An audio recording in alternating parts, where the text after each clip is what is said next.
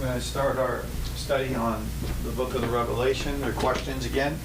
We're going to do questions from chapters 12 and 13, and we're going to also cover the other chapter questions as well.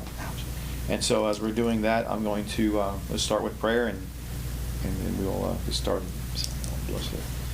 So Father, thank you for this day and opportunity we have. Thank you for this time that you always give to us to come together and just to hear from you. Thank you for guiding us and directing us into understanding of not just who you are, but deeper understanding of what is to come. Help us to always be preparing ourselves in mind and heart and spirit, and helping to allow us to see the applications of this in daily life, doing what we need to be doing, knowing that we're on borrowed time. All of us do not live forever. We know that we have an exit date. So help us to be mindful of that day when you call us home, that we would not be ashamed, that we would not be disgraced, that we would be faithful unto death, and striving to get to know you more, and helping to have others understand the same, that you have given to us, this understanding of this truth and love and deeper understanding of who you are. So we thank you also for this couple days ago helping to preserve Alan's life and my baby's brother, and you bringing him back to life when his heart had stopped, and you had that miracle of the timing of everything being just right for the CPR to be administered and him to be back and living with us. And thank you for the rushing into the timing of all of that, and the ability to have a pacemaker and have him be in good health.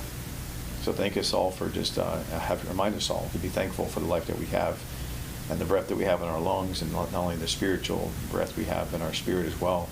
Both gifts from you.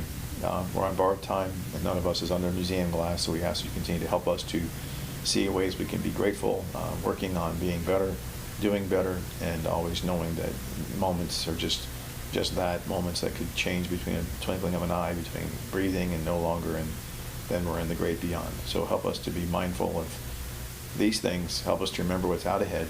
Keep us now in your care as you're our pastor, our shepherd, our teacher, our guide, and our coming bridegroom. We ask that you help us and to teach us now into the scripture, what you want us to understand, this review of your book of the Revelation that you gave to your apostle John, helping us to understand what you have written. So we ask all this in Jesus, Yeshua's name we pray. Amen. So yeah, we had a basically a miracle situation a couple days ago. Start with a testimony to God. Nancy's brother's heart stopped, and the weird part is that he should have been no longer alive. From a human standpoint, obviously from God's standpoint, it's not the case. But so he was having trouble breathing, and they're in a small country town where you're gonna probably think this is crazy, but this is how it works. They're on a volunteer basis, the emergency tech people, which is kind of insane to even have that sentence be strung together. But anyway, so he has trouble breathing, and then the person, the girlfriend that was with him at the time happened to think this is not good. So she called 911, and the one person showed up with her kid in the car because she thought, I'm going to stop at home, drop my 3-year-old off. And she thought, no, it's a 911 call, I'm going to go there. So she went, and on her parking into the driveway, he turned white and he was out, and he stopped breathing.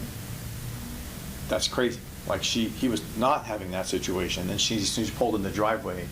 That's what happened. Which is like the timing of that is all in God's hands. And then so she says, please come in now. And she comes in, she said for 20 years she had never done CPR on a live human being before, just practiced on the dummies, and it's her first time ever doing it. And so dear old Jenny was her name. Jenny saved Alan's life. God used her to save Alan's life. So she gave him CPR, he came to, his heart functioning was at a 13 rate. That is awful. And then they airlifted him in a helicopter to a local city in Quincy, and then from there he got a pacemaker put in within one day, and then the next day he was fine.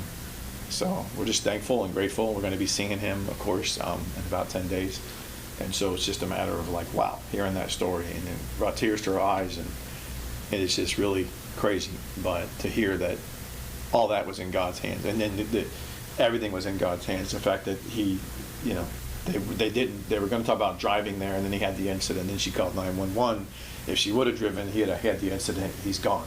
Because they weren't driving on the road, he had the incident, they were able to get there, and she did CPR. You think about anything that would have gone differently in man's eyes, he's no longer here.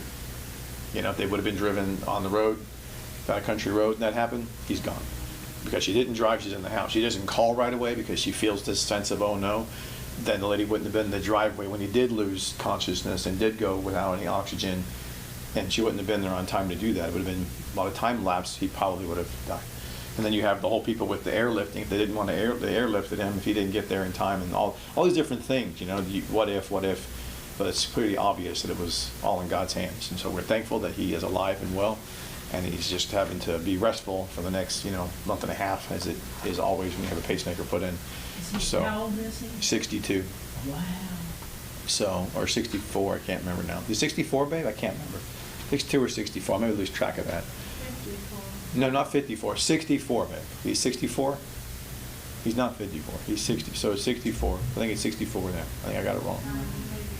So, in any event, it's one of those things where it's just, it was a godsend, and we're just happy to have him with us still. So, he's with a girlfriend of his. They've been like dating friends for a while, and happened to be having lunch together in the middle of the afternoon, and then boom, it's crazy. Just insane. Happened in the middle of the afternoon on Friday. So pretty insane. And by the way, he lives alone, and he's usually not. He's out of his house right now because another thing, by the way, they're doing a mold redo at his house. So because of that, he's been not staying there a lot, and he's not eating lunch. He usually just eats lunch at his house, eats breakfast at his house, and every now and then goes out for dinner.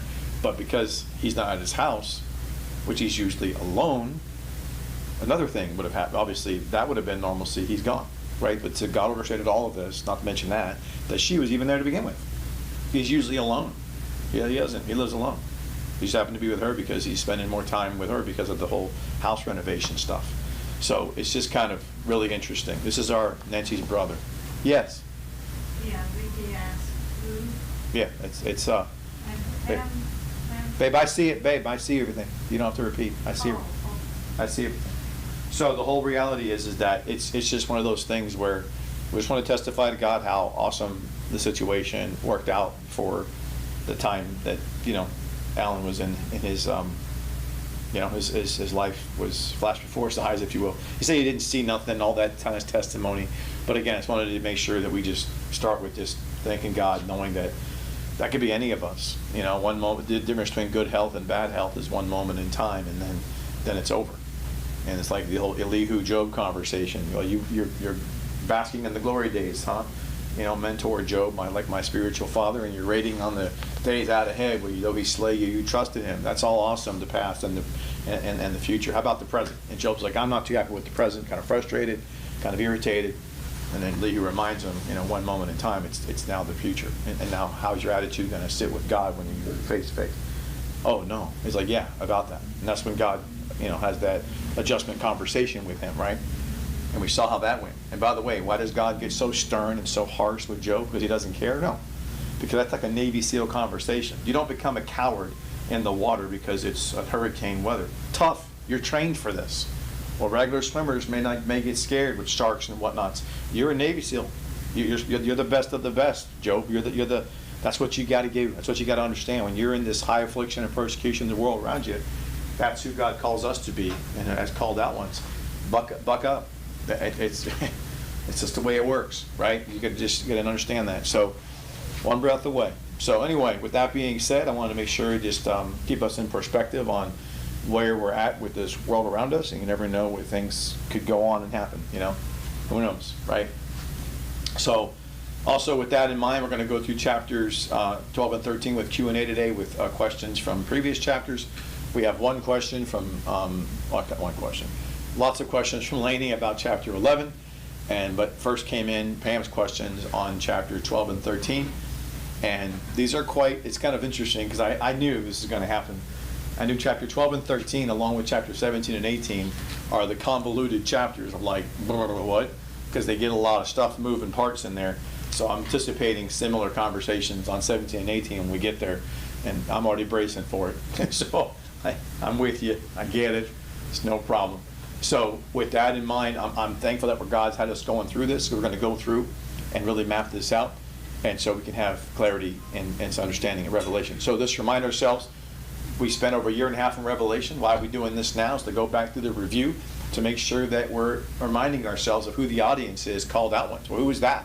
That's not everybody in Christ. We know who that's not, the whole audience of people in Christ. And I already belabored that so many times that anybody who continues to ignore that and thinks, oh, it's everybody in Jesus, well, that's on you. I don't have to prove myself to nobody. I'm not trying to prove myself. I'm just trying to prove the Bible to be true and not what people say about it, you know? And so there's there's that issue of the audience being spoken to, and why is it talking about the whole events leading up to and including and after tribulation, and you go into the millennial kingdom, and why is it written to called out ones if that's the case and they're not here? Well, because remember, there's 3 different reasons the called out ones need to know. There's a wave 1 where faithful ones go out. There's a wave 2 and 3 where mature ones get to go through the first half. So the first ones need to know how to escape these things, be found worthy. That's why he's writing to them. Those that are going to go through it need to know what to expect and to be at peace, that you're not going to be here for the wrath, oh thank God, you know, of the Lamb. But then the last bit of people that become called out ones at the end, when he kind of like spurs them onto a growth out of place, if you will, they just grow like a weed. Well, those people, he's like, you're going to not have such good situation. You're going to have to endure this wrath of the Lamb, but I'm going to preserve you. You're not going to get hurt. That's why he's going to give them some assurances. Just so you know, you're going to get hurt. You just won't die. No one can kill you, but you're going to feel some pain. You're going to feel some agony. You're going to have some physical, emotional, spiritual angst, just like the apostles had. They buck it up. That's the way that works. And they're like, oh man. So that's why the letter's written to those groups of people, those who are the called out ones, faithful ones, mature ones, those who will become these other called out ones that are going to join as a faithful one status actually at the very end. And that's why the book is understanding to be written to those groups of people. They were the only ones who understand what's going on. So with that being said, You know, I yeah. was thinking that it's like there are 12,000 of the same metaphor for each one apostle. Yeah. And of course, there are 12,000 For for each each one tribe. of the tribes, too. right, yeah. So That's an interesting it's parallel. almost like for each apostle and for each tribe, there are 12,000 Yeah, preserved. yeah, it's a pretty, and then, of course, we know during the millennial reign, the apostles will be sitting on thrones judging the 12 tribes of Israel, which is kind of interesting as well. That's a man, human, judging humans is kind of weird to me. But that's what Scripture talks about that in Matthew, I think, chapter 20. But anyway, but on this issue of the Revelation we're talking about now is the issue we got into chapters 12 and 13, and the question came up from Sister Pam, and I love it. She's like, man, I love how you wrote it, though. It's just awesome. I like the last part. You mind just putting? And I want to confess and tell you that when I read your email, I kind of chuckled and smiled and thought, if you only knew what I was thinking when I was studying for it back in the day, when I was reading it, pretty much same, ditto. I was like, what's going on here? It's a lot of, I get it. And believe me, I have never, I'll be honest with you here, I have never, until we studied this, myself understood chapters 12 and 13 fully. I've understood parts here and then parts there, and then it didn't actually go together, and I'm like, I don't know, forget it. And I just walked away from it and just shelved it, because I want to, that's what I preach. Don't put, square pegs in round holes. I'm like, I don't know how it fits. I'm just going to go walk away, and Lord, later on you reveal it to me. I don't know, because I'm confused. I don't understand. Like you said, Sister Pam, it's like all these beasts. I feel the same exact way when I first started reading it. But let me help clarify, because I think I'm going to start with clarity. So going right into your questions, I think it's important to start with the clarity because of the confusion, because of the natural reality of any human being who's reading this. And if they're honest with themselves, they're going to be like, dude, I don't know, this is what? So it gets a lot of different moving parts. So I want to give you like a legend key. It'll help to understand. And all of a sudden now, when you see this already in the forefront of your mind, then you go to read it, it'll make it easier. So the beast issue, so many to keep track. So the Mia beast is the Antichrist Antichrist who is, Antichrist veiled. That's the Antichrist who's veiled. They don't know who he is, right? So the Mia beast, oh come on, God, this thing won't come off. The cap is so tight. So the Antichrist is veiled as the Mia beast, right? So he's veiled. I think I might have spelled it wrong, but that's okay. So he's veiled as the Mia beast. And then you have the Protos beast. That's the actual, who they call the beast. So the Antichrist is called the Mia beast because he's the offspring, physical offspring of Satan, who actually gets murdered. And then when he is murdered, his carcass is embodied by the spirit of Satan, and then he animates that same carcass of the Antichrist, who has been dead. So the Antichrist is the Mia beast because he's the offspring of Satan, but then the Protos beast is called the beast because it's the same body, but no longer animated by flesh and blood of a regular human offspring. Now it's just the carcass animated by the spirit of Satan. And then at the top of that, then you have the phrasing another beast. Well, that's the dragon himself, which is Satan. That's him.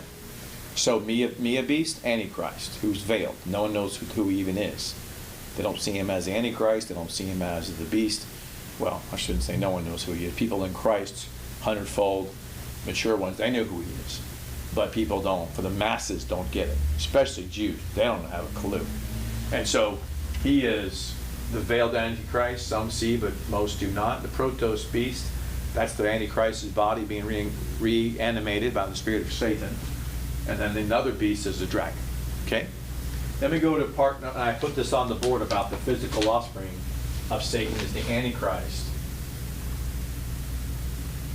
And then you have the actual beast as the spirit of the Satan animating the slain carcass of Antichrist.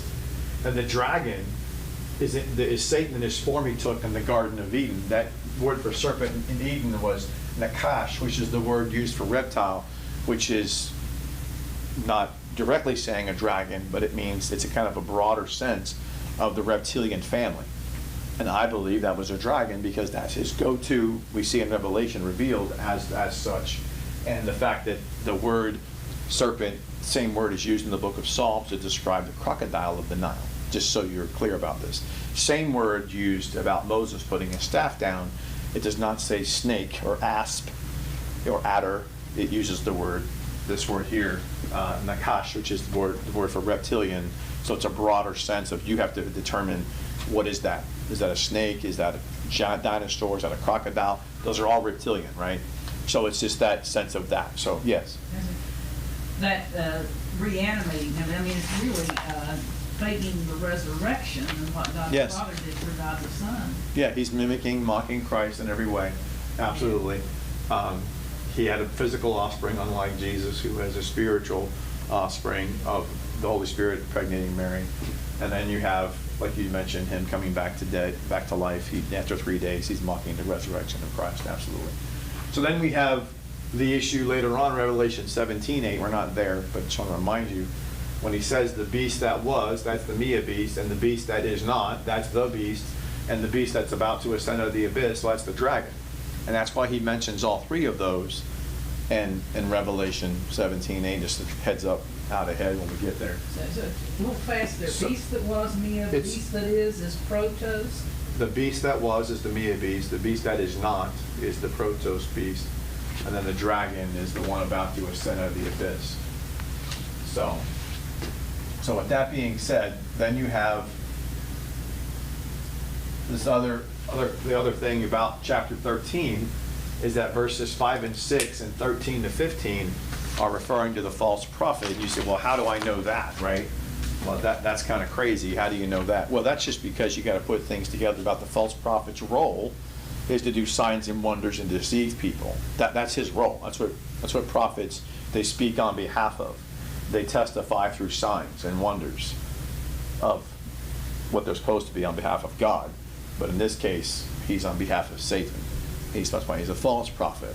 So in chapter 13 and verses 5 and 6, when there was given him a mouth speaking great and blasphemous things, and authority was given him back 42 months, and he opened his mouth, and blasphemies came against God and against his name, and the tabernacle on those who tabernacle in heaven. He's speaking of the false prophet, who's the one who he's the orator. The false prophet is the orator. He's always the one who speaks for. That's what a prophet does, right? They foretell.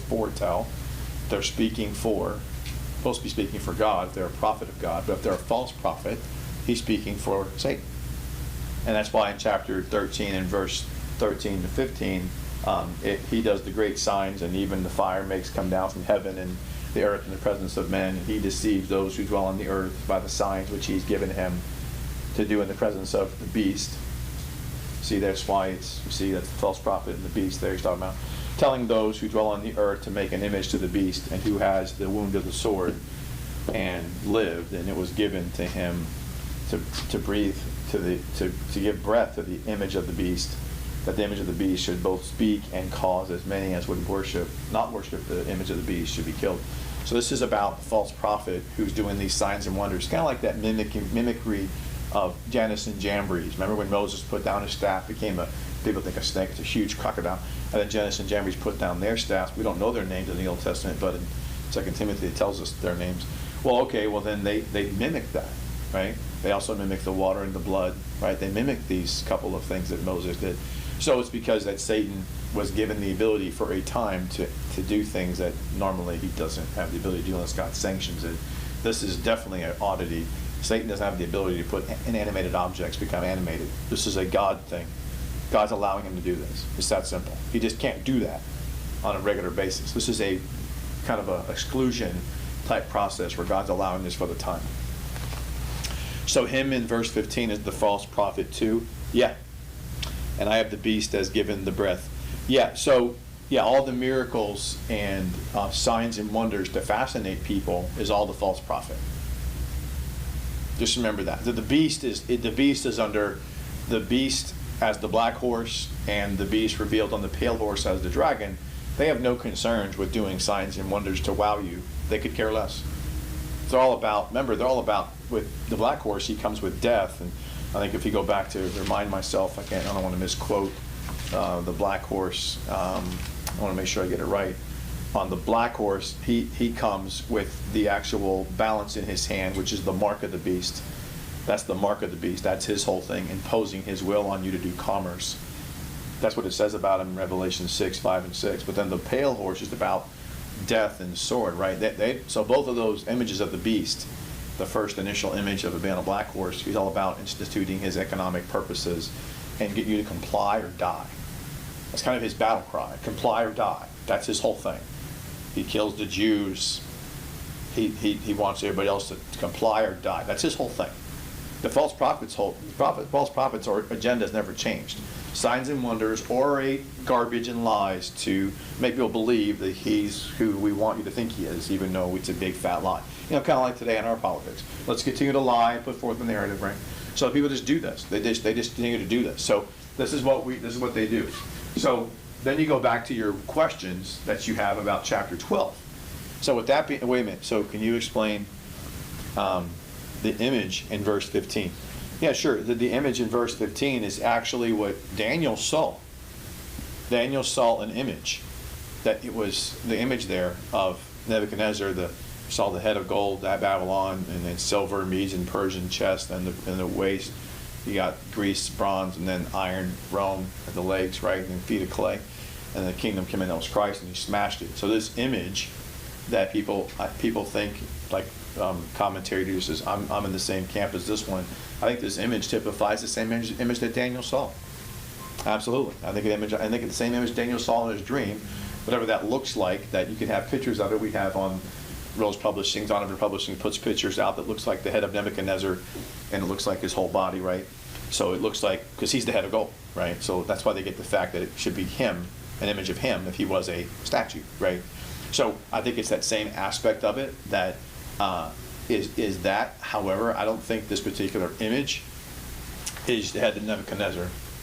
I think the head of this one had a pharaoh's look to it, because that's the first kingdom that Satan used to rule over man, was Egypt.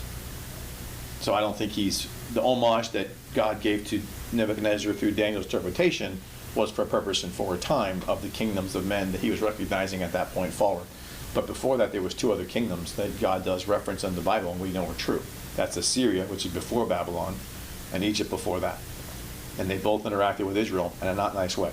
So we all know this. So I think that the image of this, Revelation 13, 15, I think this head, it was not Nebuchadnezzar Babylonian, I think it was Pharaoh-like, which the first documented, if you look back at historical references, King Menes. I don't know what that would have looked like, but I'm imagining that whole Pharaoh ilk, the Pharaoh ilk of the hat and the little square goatee thing going on, all the old weird staff looking thing. That's what I'm thinking. It's going to be something of the imagery of the Egyptian pharaoh, which he embodied from that kingdom through all those other kingdoms. Satan's ability or striving to want to submit men to his will, which he's done quite well, by the way. Yes. Yeah.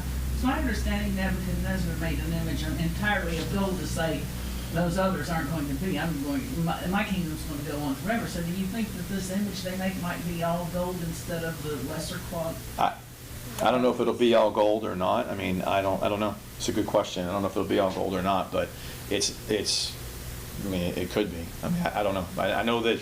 I just think that what it looks like, I don't think there's going to be like, a goat head on it. That's for sure. I don't think that. I think it's going to picture the imagery. It again speaks to the fact that Daniel saw an image through Nebuchadnezzar's dream that Nebuchadnezzar had been given. He didn't even tell Daniel. God told Daniel what that dream was, and then so that concurs that it wasn't Daniel who was led by a man's words to tell him what he saw. No, Daniel was led by God to tell Nebuchadnezzar what he saw in his dream, which concurs that the image was legit.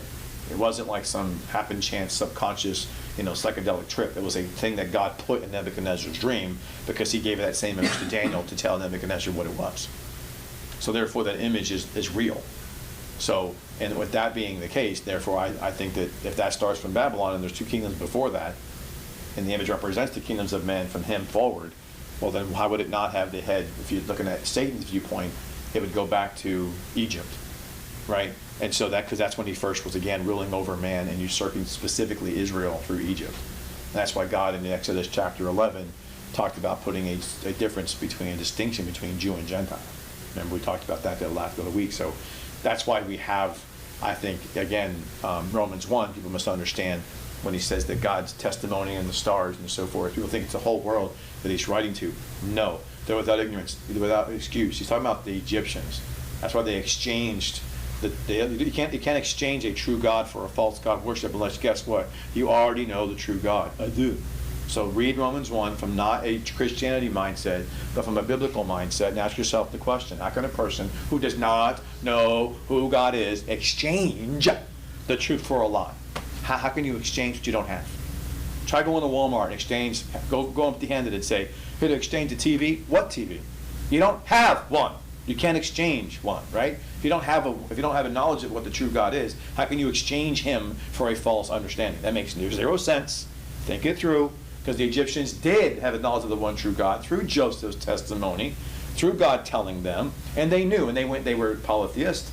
They were unified under Joseph. Pharaoh saying, believe the God of Joseph. That happened for a couple of pharaohs, and all of a sudden, some boneheads rose up and go, let's go back to the old ways. So God wrote about that in Romans 1, that the Egyptians went off the rails. And that's what he's talking about in Romans 1. People misunderstand all the time. And this is why I think that the Pharaoh issue and the head of the image is definitely going to be that in my mind, because Satan is mocking God and mocking his people, that's the first government of kingdoms of men is Egypt. And it was the one did they do nice things to Israel? No, 400 years of slavery and tyranny. That's a lot. It's a lot. It's a big scar and emotion on their mind. They celebrate it to this day, and it's called Passover, to remember their tyranny and oppression they had through the Egyptians. Why would God do that? Yeah. You think they went off the rails for envy because they did Christ what they did for envy? You think they went? I don't know about envy, other than later on, of course, in Exodus he says they are outgrowing us, the male children. That's why they wanted to murder the babies. But I think that was I think it was. I don't think it's so much envy as it is complacency and laziness. That's what people do. When you don't follow diligently the ways of God and the truth of God, you stray. God's own people did that. So God's own people, I think it goes back to God's own people showing us the pattern. When you don't stay true and straight and narrow, you will go back to your own sinful ways.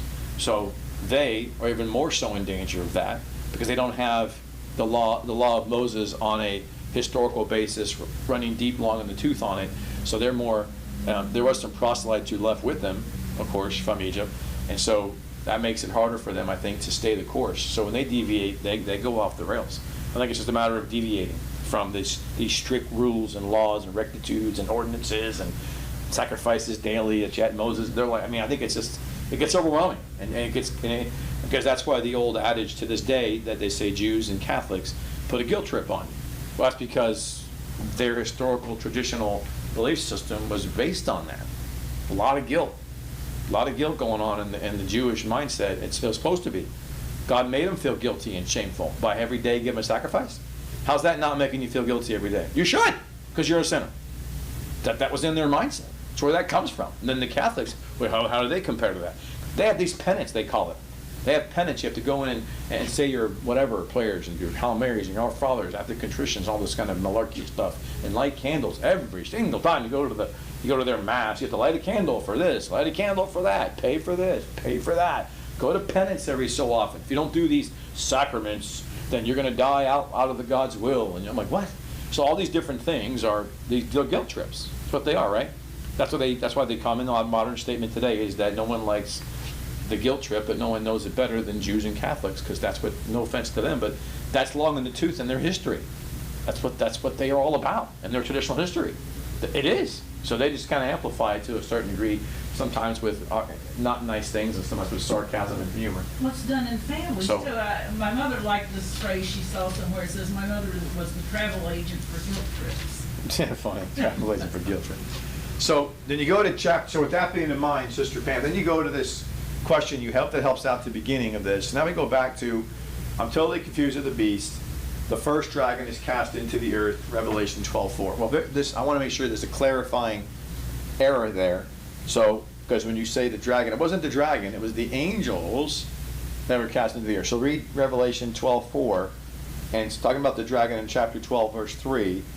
He's the dragon having 7 heads, 10 horns, and on his head 7 diadems, and his tail draws a third of the stars.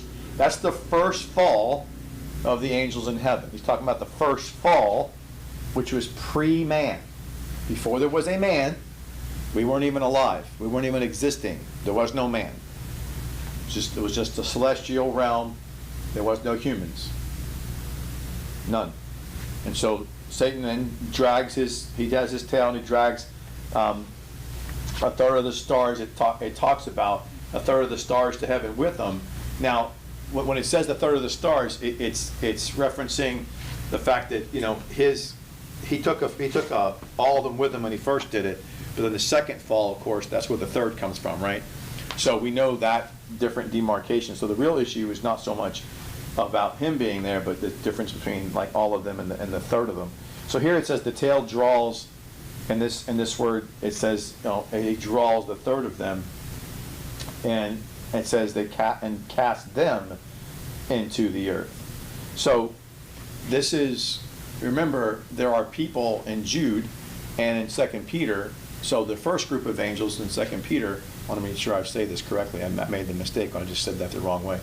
The first group is all the angels is not mentioned here. I think I said that wrong. I apologize. So the first group is 2 Peter is into Taurus, right? But the second group is the third, and that's the one in Jude. He says is in the blackness of darkness. But they're in. So if you go over to Jude, for example, we know this, but to remind you, it says that they are under, in verse 6 of Jude, and these angels left their first estate. That's the third that he drug with them, under perpetual chains of thick darkness for the judgment of the great day, right? So that's what he's talking about here in Revelation 12:4. That Jude 6 angels are the ones that are the third of the stars drawn, but it's similar to the whole org that left with them before. That's what I was pointing out. Sorry about that. So the org that left with them before was in 2 Peter, but in both orgs, they're both in a situation where they are cast into the earth. One is actually in the fiery pits of Tartarus, which I believe is similar to the abyss part of Lake of Fire. That's the first org. That's all the minions. But then, I say minions, I mean the infantry type angelic people. But then you have the other group, which is the third, that was from Eden when man was here, which is what he's talking about, Revelation 12:4. And that's paralleling to Jude 6, so it seems like they're cast into the earth, but apart from this place of fire, because they're in this gloom of darkness. So it's like they're outside of that. So with this being said, I think that's the first thing in chapter 12, verse 4, is that it's the them that's cast into the earth, not the dragon. But to your point about this, and I want to make sure that I'm clear about this, later on, we're going to see another question you bring up, which is, hey, he comes out of the earth, it says. That's right. So then he had to be there at some point. Well, that's correct. So what I'm saying here is, and I got ahead of myself earlier, so the dragon, when he first fell from heaven, when God clipped his wings, the anointed cherub that covereth, he went, boom. So I think I put that on the board. Yeah. So Revelation 12:9, you mentioned, hey, it says that the dragon was cast out of heaven, and the great dragon was cast out, that old serpent, which is called the enemy. Again, that's Diabolos. So he, wait a minute, if I heard it, left side to right side, yeah. Diabolos, it should say there, that adversary Satanas, who was deceiving the whole habitable, he was cast into the earth, and his angels were cast with him. Okay, so what you have to remember is this is a reference to what is going to happen out ahead. So how his demise happened will be how it ends. So maybe make sure I remind you what I'm saying here. So what I'm saying here is when the anointed cherubim, which means a large, massive wingspan, so this is the anointed cherub that covereth. Okay? And when he was in heaven, then he was cast out. And he was cast out of heaven. He was cast out, and all those angels that were there in heaven, all those infantry guys, they all went with them. They all got cast out, and they got cast into the earth. However, God took the anointed cherub that covereth, who now became Satan. Right? So God took him and he placed him in Eden. He did that. He placed him in Eden. That's what God tells us.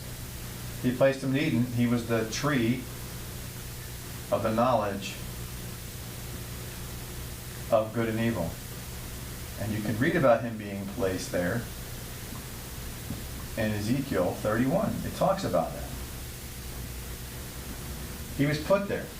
So he was into the earth when he first left, when he first was cast out of heaven, he was cast into the earth. Then you read chapter 12, verse 9, it's talking about the future event.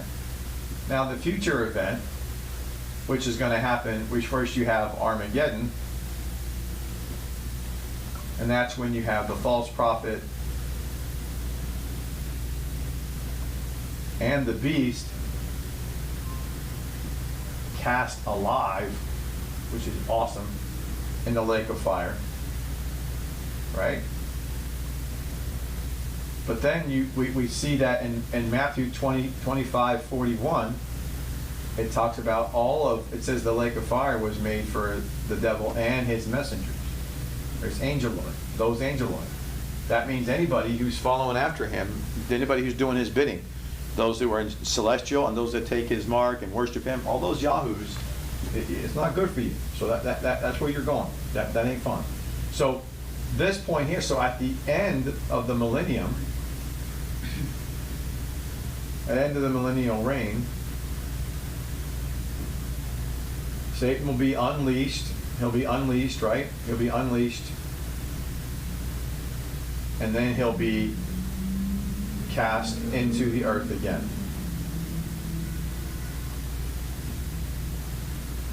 Again, a second time. But this time, we don't know when he's coming out because God just tells us he's there for ages of ages. But this is what Revelation 12:9 is talking about, is the end of the millennial reign. When he fell from heaven, he's giving you a future state of, he fell from heaven, he's being cast in, not right away. That's his end. That's the end game. He's telling you that's the end game. So going back to this casting out of heaven part, this goes back to he was cast out of heaven originally outside the gates of the outer courtyard. That's why heaven has the kingdom of the heavens, the New Jerusalem, has walls, right, and gates. We talked about that. Massive walls, right? So with that being said, when he was cast out of heaven originally, the Lord cherub that covereth, he was still in the heavens. He can't go into heaven itself. That typifies that he was not allowed. He could go into This is like the typifying event of when you have, for example, you have the garden. Whoops, if I can spell more, I want to be more clean. I don't want to be any. It's like in Eden, he was typifying what he did to Satan. The garden. Whoops, I don't want to do it like that. The garden of God, which was inside the Garden of Eden.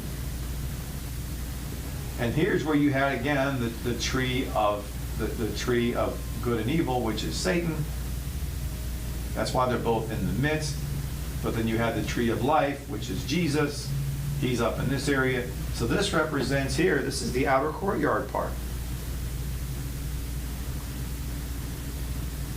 So this is no different than why he cast Satan out of heaven. So this is the Garden of God, the Garden of Eden, the Garden of God of Eden, typifies the heaven itself, which is why Satan couldn't get in there. He had to go and possess a dragon and send him in and talk to Eve, Slick, and Lily Willy, and then get her to come out so he could lie with her. That's what was going on there. So that's not nice. So then, at the same time, this is why he was cast out of heaven to begin with. The same imagery. He's in the heavens, he just can't go into heaven itself. That's why he's cast out twice. He's cast out of heaven itself. He's not allowed in the garden of God, but God allows him in the Garden of Eden, in the general Garden of Eden. But then all of a sudden, there's going to be an end to this when Michael the archangel and his angels, God says, enough. I'm tired of him even being at the walls of the gates. He's out. Get him out of here. And then so he's out of heaven itself, when it already happened way back in the day when he was Noah cherub that covereth. He hadn't been there since. No, he hadn't been to the heaven since. He's been to the heavens. He's been at the gate and the walls, kind of like, But he hasn't been inside since he got sin and iniquity. He's out. He'd been gone. But now he's been accessing the area of the walls and the gates for a long time, and still is to this day. Until Revelation 12:9 comes in, and Michael the archangel says, get out and stay out. Don't not just in our house, anywhere near our house, you're out. So that's a big difference of why he's talking about that in Revelation 12:9. And he's confined just here, on this little bitty space. So now he can't just roam around. When he's access to the heavenlies, he can roam around and he can see, more purview, that like a satellite view, like a more of a with the panoramic view of who he wants to attack. He can strategize better, and so God's confining him to this earth, saying, no, now your sight is linear. You can't see what that purview you had before. We're done with this, right? So, did you say the Garden of Eden is still part of heaven, even though it's on the earth? I'm saying in symbolism, there's a symbolism, if you go back to the scriptures and how God describes a garden in heaven that resembles the Garden of Eden. So if you go to Isaiah and in 28, let me see. Hold on. I'm using my Septuagint. I have it all. I think it's Isaiah. Yeah, Ezekiel. I said Isaiah. Ezekiel 28. I wonder if I was getting it wrong. Ezekiel 28. In Ezekiel 28, you'll see that he says all these things in verse 11 of Ezekiel 28, referring to Noah cherub that covereth. In delightful paradise of God you were born. That's the idea of the Garden of Eden. But it's typified, just like he told Moses, build the tabernacle on earth as it is in heaven. The Garden of Eden typified what was in heaven. I'm not saying the Garden of Eden is heaven. I'm saying it typifies heaven, just like the tabernacle and temple on earth typified what was in heaven. Because God said that to Moses. That what you're doing on earth already is in heaven. We've been here, done that. So the Eden principle of what the format was already in the heavens. There's this Jesus, and there's these angelic hosts all around, other trees, and so forth. There's Satan on the outside. That already existed. He's just typifying on earth what it looked like in heaven. Okay? So then we said, so that the angel with the flaming sword was at the entrance of the garden of God. That's right. The entrance of the flaming sword, not the garden of God. He was placed He was placed right here on this part. So the cherubim actually, that's not an angel, that's cherubim, plural. There was many of them. And I think they were guarding all around this bad boy. And there was also this flaming sword. You know, this flaming sword with fire coming out of it. It's crazy insane, right? So these cherubim, they surrounded the whole Garden of Eden, which also did what? Typified the New Jerusalem, how the cherubim, there's myriads upon myriads that are in the base of that bad boy with a gyroscope of wheels with eyeballs in it going both ways. They're insanely freaky deaky looking, right? With an ox face and a lion and an eagle and a man, and they have eyes on their wings. They're freaky looking. I'm just telling you. It's like, oh, little baby with a little cherub. No, that's not what that is. They are some sobering, freaky looking creatures that you would not look at and go, oh, hello. No, you'd be like, oh, hi, oh my gosh. Yeah, Eve, we're not going that way. That's, where was that?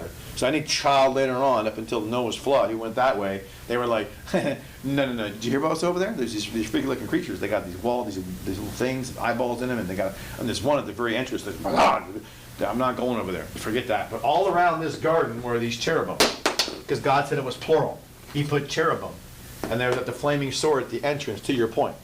So this kind of represents the issue of, again, the cherubim are all surrounding the base of this pyramid city that God, when Ezekiel saw it come down, that was underneath it. Was all these myriads upon, hundreds of thousands of angels. Remember, the rings were so many of them.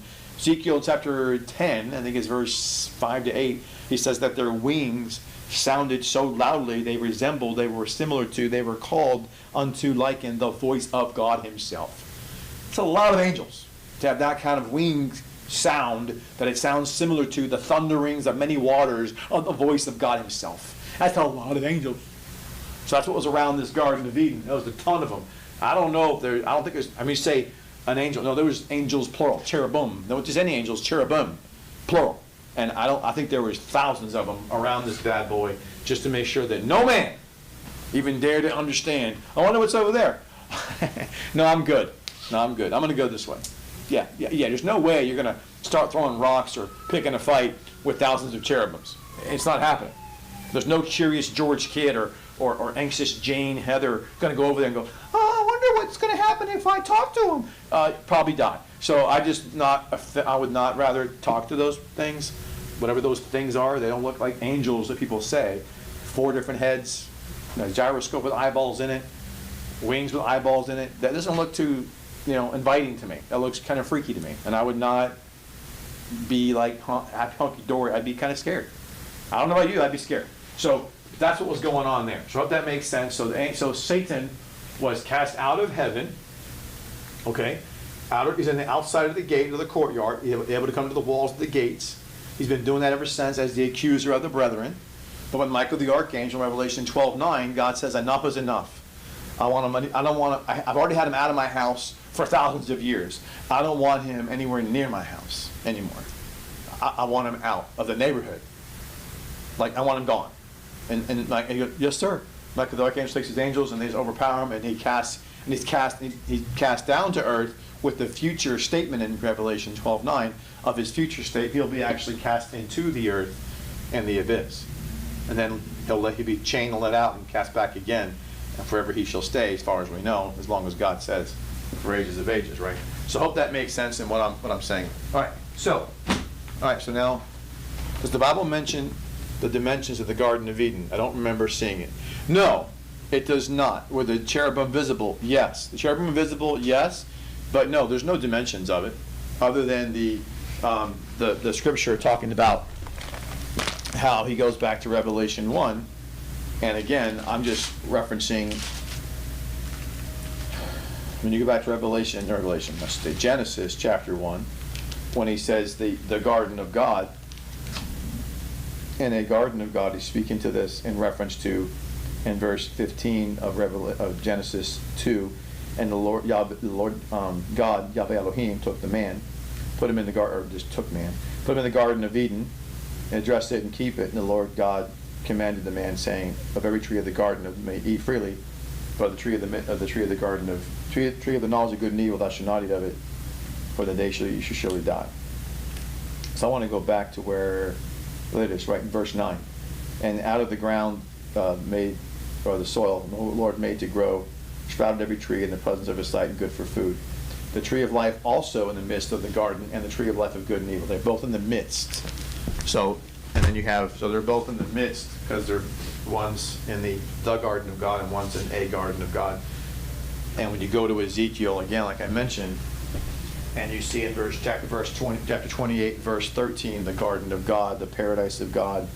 You see another parallel to this in Ezekiel 31, when he brings out that you were of the garden of God, like any other, and he talks about this in verse 8 of Ezekiel 31. Even the cypress, such was a word, paradise of God, and the pines were not compared with all his shoots, nor were the fir trees compared to his branches. Not a tree in the garden of God was equal to him in beauty. And he's clearly talking about a tree metaphor of Ezekiel 31 of the Assyrian, which is a type of Satan.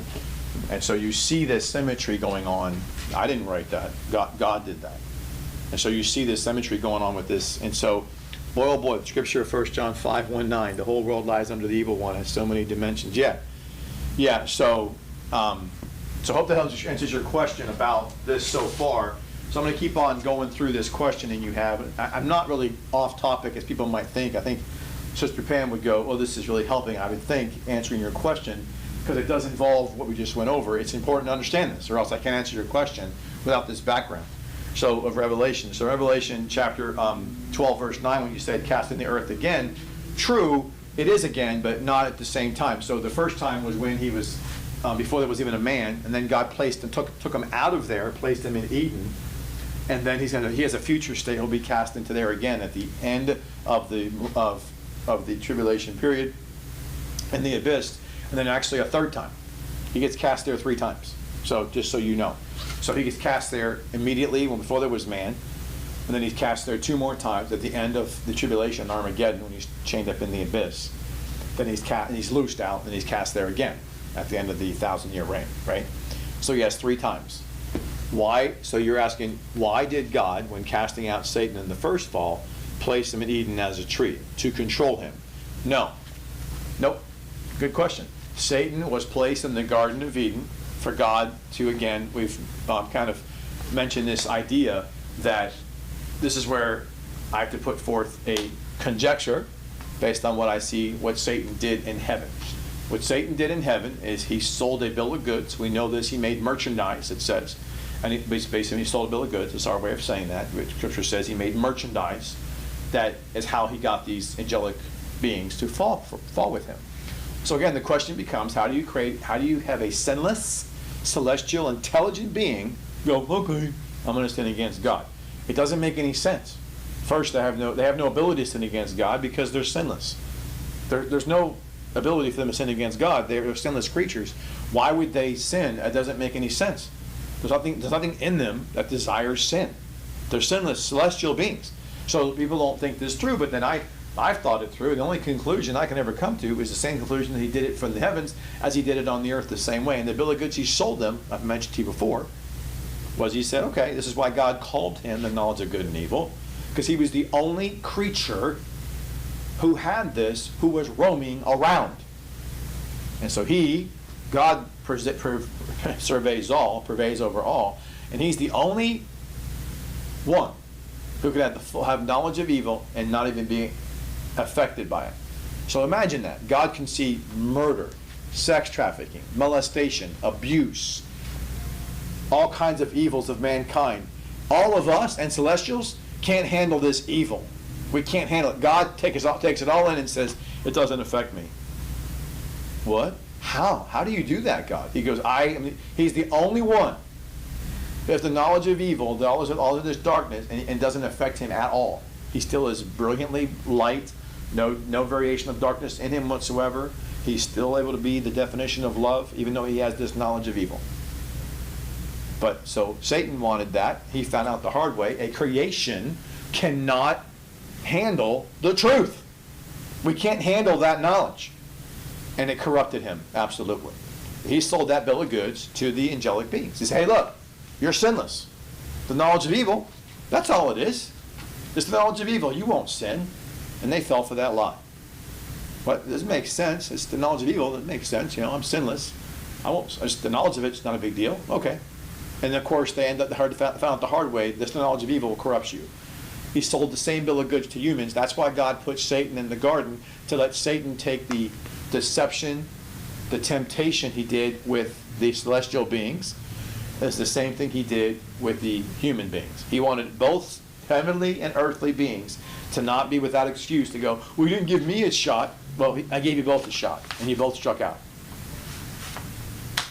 What else do you want? Well, we didn't know the length and gravity of your mercy and compassion, how far you would go to give your life for us, to come down to this earth as a little fetus and be so humble and be so ridiculously loving. If we knew that, then we wouldn't sin. He goes, you want to bet?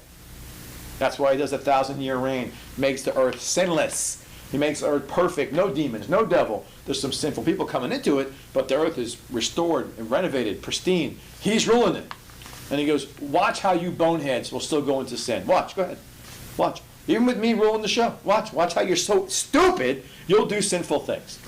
Those who are sinless will commit sin, and those that are sinful will continue to be sinful. I wonder why that is. Because you have a knowledge of evil. Even with the understanding of what I've done, who I am, and all that, doesn't change a thing. You are still going to be led by your ignorance of being a creation who can't handle the truth. That's why he does that. At the end of the millennium, raises up Satan to go, see? Look at all the droves of you that followed this Yahoo. When you already know that he's the dead-end avenue. You already know this. I whipped his tail twice now already. This is the third time that you guys heard about the first one. You weren't there. But my angels that were there, they remember it. And the second time, everybody saw it. And then the third time, you're going to see it again. So you can't give me any excuses. Well, if we knew about evil, but then we knew we were sinless, and we had the idea of how much you loved us, we wouldn't sin then. Yeah, you would. Yeah, you would. That's why he does what he's doing with the Satan Unleashed thing at the end. That's why he's doing that. So then you have the question you're asking me. I've asked that question so many times, why Satan would sin and rebel. Because he wanted to have that knowledge of evil, thinking he could. It's kind of like the old adage that people think that they can obtain or they can sustain taking on this type of energy or this type of pressure, this type of. You can't. Only God can take on that kind of knowledge of evil. It's just it's so corrupt and so wicked and so evil. No person can take it on. It's almost like, see, people say you can't absorb that kind of energy without it. Well, that's what God is. He's like the life source of all things. He's like, no, I can absorb any kind of evil whatsoever. It doesn't affect me. It just doesn't. I don't know how that works, but it doesn't with him. He doesn't. He tells me it doesn't, so I'm going to take his word for it. Yes? Now, when the sinless ones in the millennium, I'm not talking about the betrothed bride or the 100-fold truth, will they have a knowledge of evil in their sinless state? They will be around the knowledge of evil because there'll be sinful people around them. And that's why they fall in this. Because of what they see, they'll be forced to have the knowledge of evil. You can't get. And what gets me is, how are they not going to sin? Because they'll have that knowledge. And this is, and that's why unless you are on God's straight and narrow, you will fall into sin.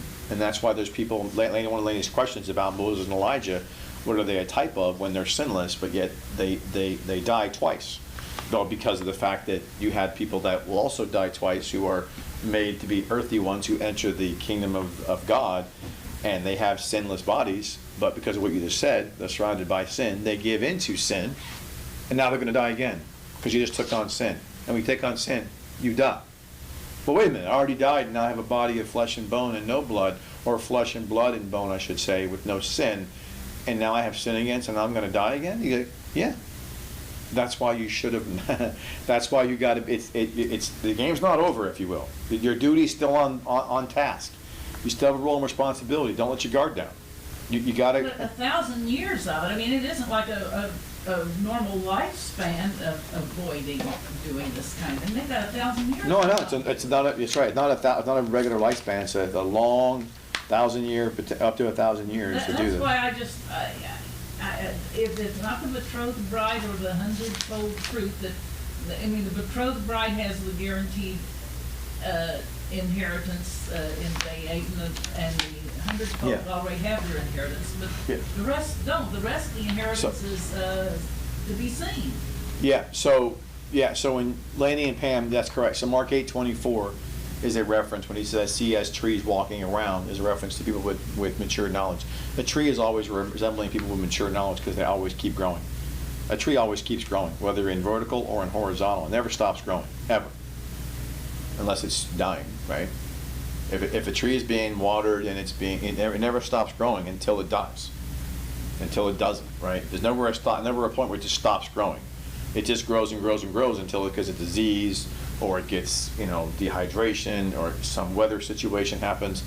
Unless man cuts it down, the tree itself will not stop growing. It just won't, unless it has a disease, weather, you chop it down, dehydration. Well, then it stops growing, obviously. But if it has all it needs to continue the oxygen, and it has water, it's going to keep growing. It's not going to stop ever. It'll go horizontal, as vertical, goes horizontal. It never stops. That's why it represents a matured person who keeps on. We're supposed to be the same.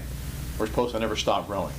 Never get comfortable, oh, I'm done growing. Well, that's not good, because you're not supposed to be ever. So, but as far as the other comment about how, so Vicky said, if he was a tree, he couldn't move around and grew up with that knowledge. No, he was a tree as a metaphor. But you see in Ezekiel 31, he clearly is talking about a person as a metaphor for a tree. Like clearly. It's not even funny. It is. If you read Ezekiel 31, I always tell people the challenge I tell them. If you read Ezekiel 31 with an open mind without churchianity interfering with you, I'm just being honest here. You read Ezekiel 31 with an open mind, I have found 8 times out of 10, about 80% of the time, I tell people to do this.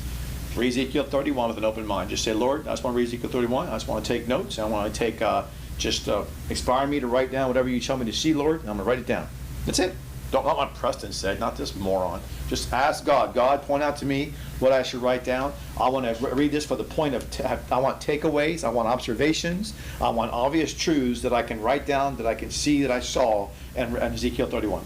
Just read it, and then write down what you see, observations. Then go back to Genesis 3 and read it again, and you tell me who the tree is. And if you come back and tell me a tree is a fruit tree or a vegetable or some other kind of agricultural thing, you're not being honest with yourself. You know doggone well that's not true. When you read Ezekiel 31 and you read Genesis 3, 8 times out of 10, I've done this many times, 8 out of 10 people come back and go, oh my gosh, that's Satan. Yeah, I know. You don't have to tell me. I can see what God's doing. I didn't write the book. I'm just pointing out what God has done. And God talks in metaphors quite a bit and symbolism of things that are deeper truths that are hard to understand. I want to show you something, by the way, and God talks in not direct language. Brother Lee and I are doing this is an off the path thought, but I want to show you something that I keep using this to other people as well to show them how Jesus himself, as God in the flesh, talks not directly as people claim. God always is direct. He's always clear. No, he's not. God is very ambiguous a lot of times. He's very symbolic and allegorical in stories that are factual-based stories, but he's bringing this allegorical thing into view. You're like, what? Okay, this is true what you're saying, but it's what does it mean? All these different stories and parables, and right? But here's some other, even in wording, without parables, without stories, no parables, no stories, just in statements. Jesus says things without saying it. You go, huh? Yeah. Watch this. Go to John for a second. Now, Lee and I already know this because we've been studying this. But I find it interesting. In John 5:17, Jesus said, he answered and said, my Father works till now, and I work. This is because they questioned him about working on the Sabbath, healing the man at the pool of Bethesda. In verse 18 of John 5, he says, and for this, then the Jews sought the more to kill him, because not only was he breaking the Sabbath, but he also said that God was his own Father, making himself equal with God. He didn't say that. Jesus said in verse 7, they got that. Their conclusion, their understanding was, you're saying that God's your Father and you're equal with God, because what he said was, in verse 17, my Father works till now and I work. From that statement, they got that conclusion. How? Because of what he didn't say and because of what he did say. So you don't understand. When you read Scripture like a man with glasses on, I'm so smart. Stop. Think of what God's saying. They were questioning him working on the Sabbath. And Jesus just got finished saying, my Father works till now and I work. Wait a second. Whoa. Slow your roll. All men that are Jews got to rest on the Sabbath. You just said that he works and you always work just like him. You don't rest? Then you're saying that's your God. Hello! They knew what he was saying. But he didn't say it directly. Do you see how God talks? God talks in ways that we don't understand. This is what God does a lot. That's just one example of many times. Jesus does this a lot. God does this in the Old Testament. Jesus does it when he's in the flesh in the New Testament as God. It's just an amazing reality that we as humans are so arrogant and spoiled. Talk to me directly or else I don't believe it. But come on, man. Did you know John there's a lot of times they say, they're the Messiah, tell us plainly. Later on we're going to see that in the book of John. But the reality is because he talked in the third person a lot. And they're like, okay, so is that you or is that like somebody else? He's like, no, that's me. But it's like there's often times where they get confused. And so you do see that God does speak this way, but I want to make sure you remember that that's what goes into Revelation as well. So New King James Version, verse 31, corrupted he, his with, yeah, there you go. That's right. Yep. King James corrupts, yeah, they even call the Holy Spirit it, which is disgusting because of the pronoun atu, which it's a he, she, it. They say it. I'm like, are you crazy? It's he, not it. So to your point, Brother Todd, that they corrupt that. I just can't. It's frustrating. So going back to Revelation, it's just a side note of reference. Going back to Revelation chapter 12 again, it's just for Pam's questions. So again in verse 4, it's these angels that were on the third that were drugged with him that are cast into, not him, which typifies those that were originally cast into the earth. They both were. Both orgs of angels, the original and the third. Then you got the verse 9, you said he's cast out again. You're right, he is cast out again. I just went through that. He's going to get cast out 3 times, remember? He's going to cast out, I say cast into the earth, I should say 3 times. He's cast out here, when he's the only cherub that covereth.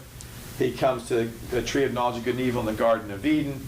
Later on, Revelation 12:9, he's cast out again.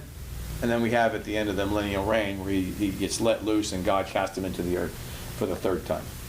So then you said, and this time the angels are cast into the earth. Okay, verse 13 of Revelation 12:13. And when the dragon saw that he was cast into the earth, he pursued the woman who brought forth the male child. So again, he's talking about the fact that Satan was cast into the earth back when he is one in cherub that covereth. But he's in the Garden of Eden. Ever since he's in Eden, what's he been doing? He's been chasing after the female, Eve. And ever since God said, it wasn't just any woman, just so you know, devil dog. He goes, I figured it out. When you had that little man from the polytheist or the Chaldees, when you made him a Hebrew out of nothing, and then all of a sudden he's the one true God worshiper, and then you had his promised seed. Oh, I know what's up now. I'm following them.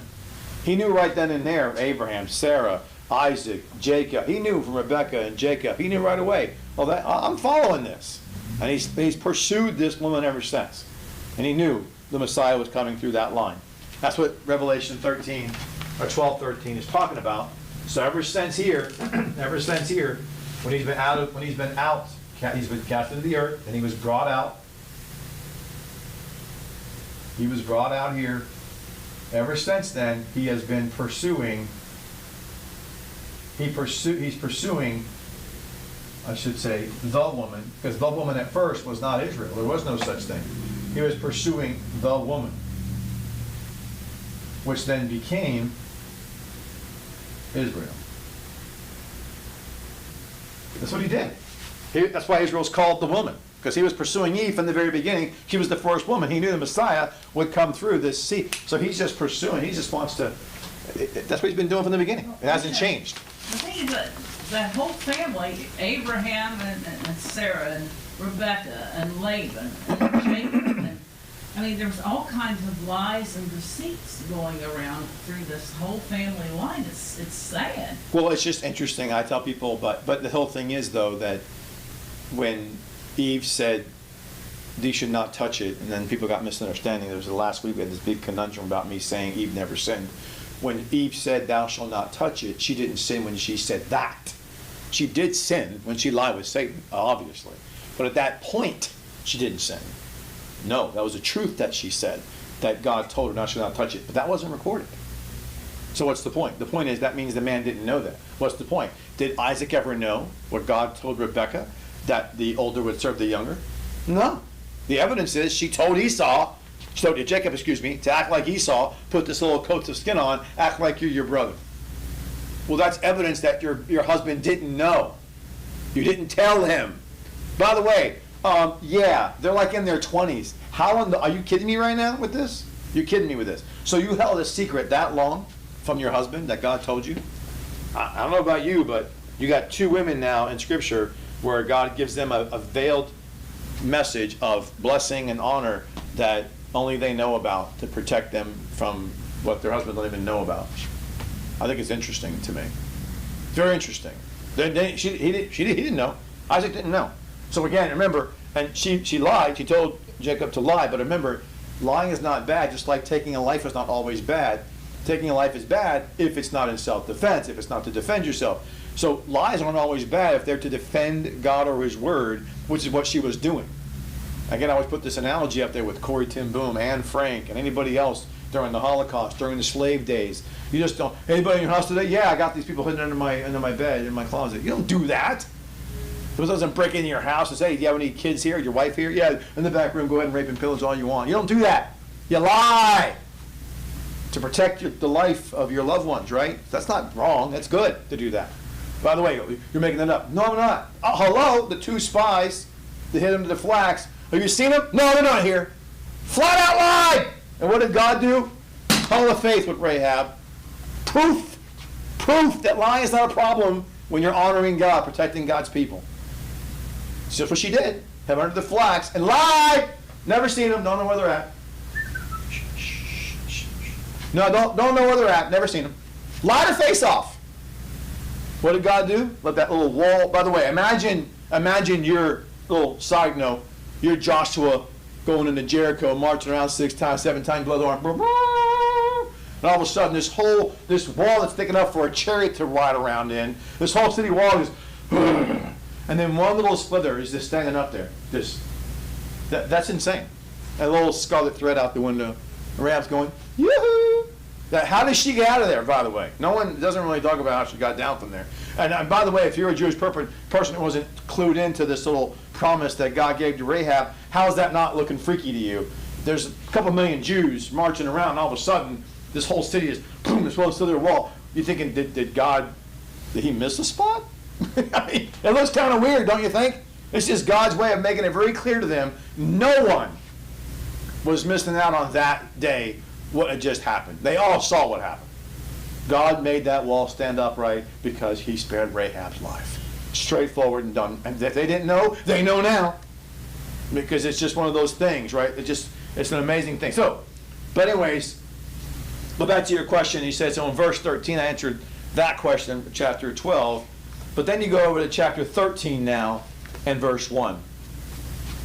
And your question in chapter 13, verse 1, you said, coming up out of the sea, who gets the power from the dragon.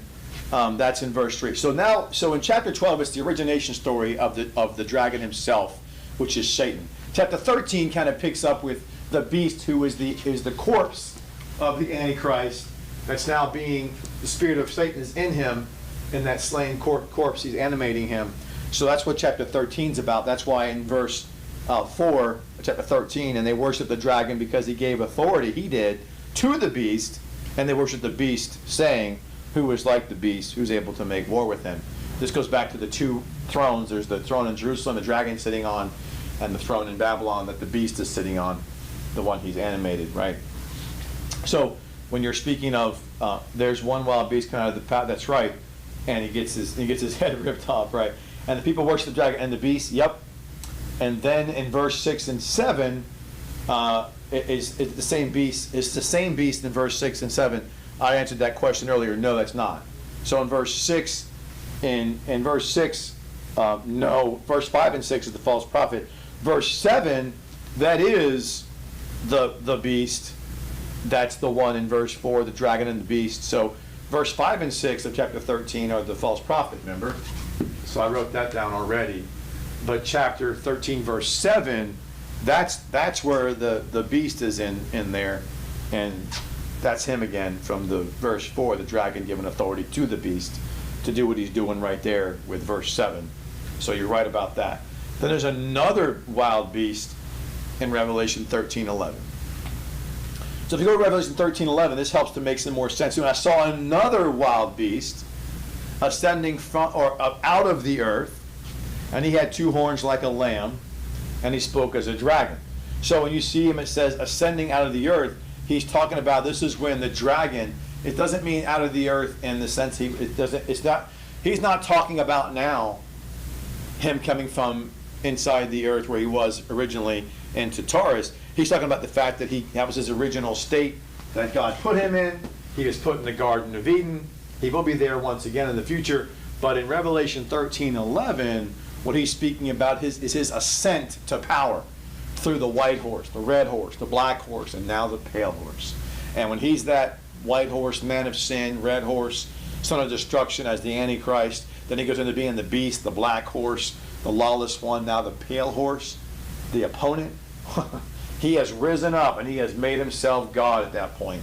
And that's what he's talking about. More, not so much the physical ascending up out of the earth, but more so the actual governmental dominion sense of him ascending up and saying, I am mocking now God. That's why he says he's mocking Jesus and his two thrones. That's why he has two horns like a lamb. That's why it says like a lamb.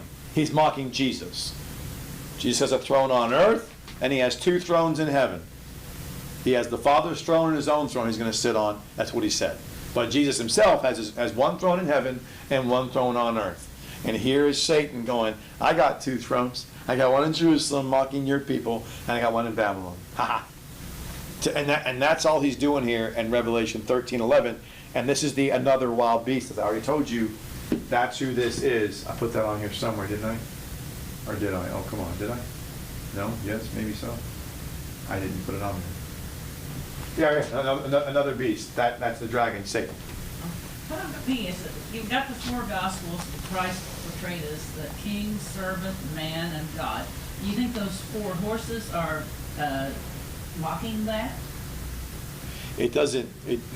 It's hard to. Well, you got to throw in righteous judge too, I guess, for Jesus. But I mean, you would think that. I mean, I haven't. I mean, I would think they would be, but I haven't thought about how that would apply to that. But just a second. Todd's asking me a question about what I just talked about. Just an FYI, you said him was the false prophet weeks ago. Which one? In Revelation 13:7? I shouldn't have said that. Okay. Well, I know the false prophets, I might have missed, okay.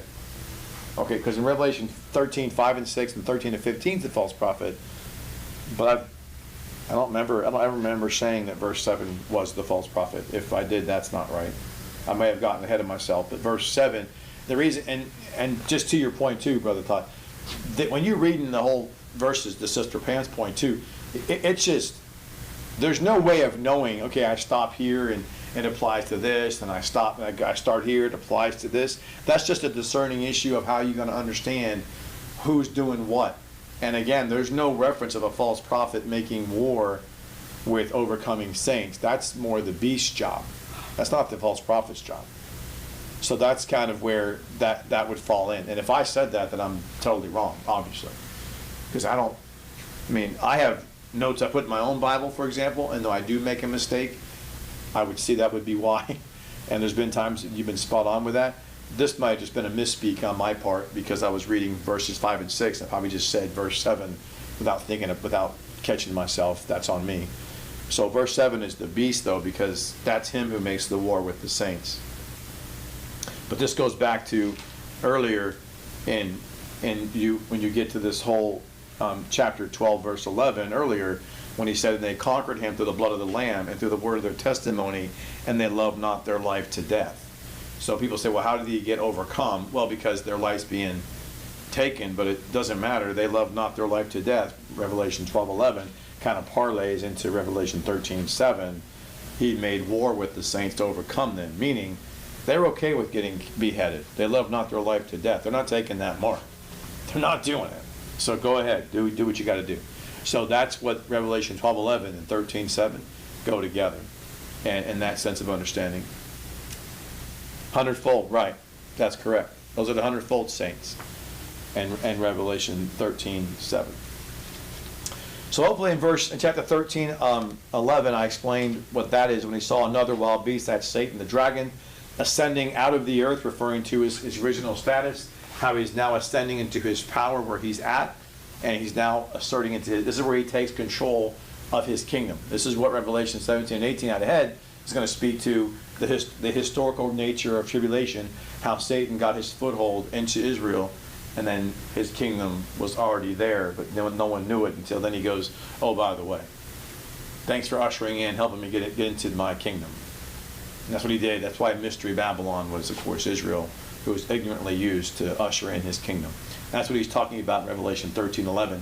He's ascending out of the earth, meaning out of the earth, not just cast into the earth, but out of the eyes, right in front of the eyes of ordinary men who thought nothing of it. He's just a one world leader helping us solve with economic situations and governmental peace. No, you morons. It's Satan. And he rose up to just show them, it's just speaking of the rising up, speaking to not so much the physical out of the earth onto the earth, but a rising up as into the power and dominion of him taking the authority of his kingdom for the first time, as we talk in mocking Jesus as a throne on earth and in heaven. He has two horns like a lamb and spoke as a dragon. So then you ask me the question, is that the same beast cast into the earth? I mentioned that already. Then there's authority given to the Protos beast in verse 12, and who is the Protos beast? I just told you that one. That's the beast who is now the spirit of Satan and embodying the carcass of the slain Antichrist. Then you got to verse 12 now, chapter 12 now, verse 1 and 3. Chapter 12, back to chapter 12, verse 1 and 3. You said these signs are in the heaven, so the signs are in the throne room in the third heaven. So notice this is John alone seeing this in the heaven. He's saying, I saw a great sign in the heaven.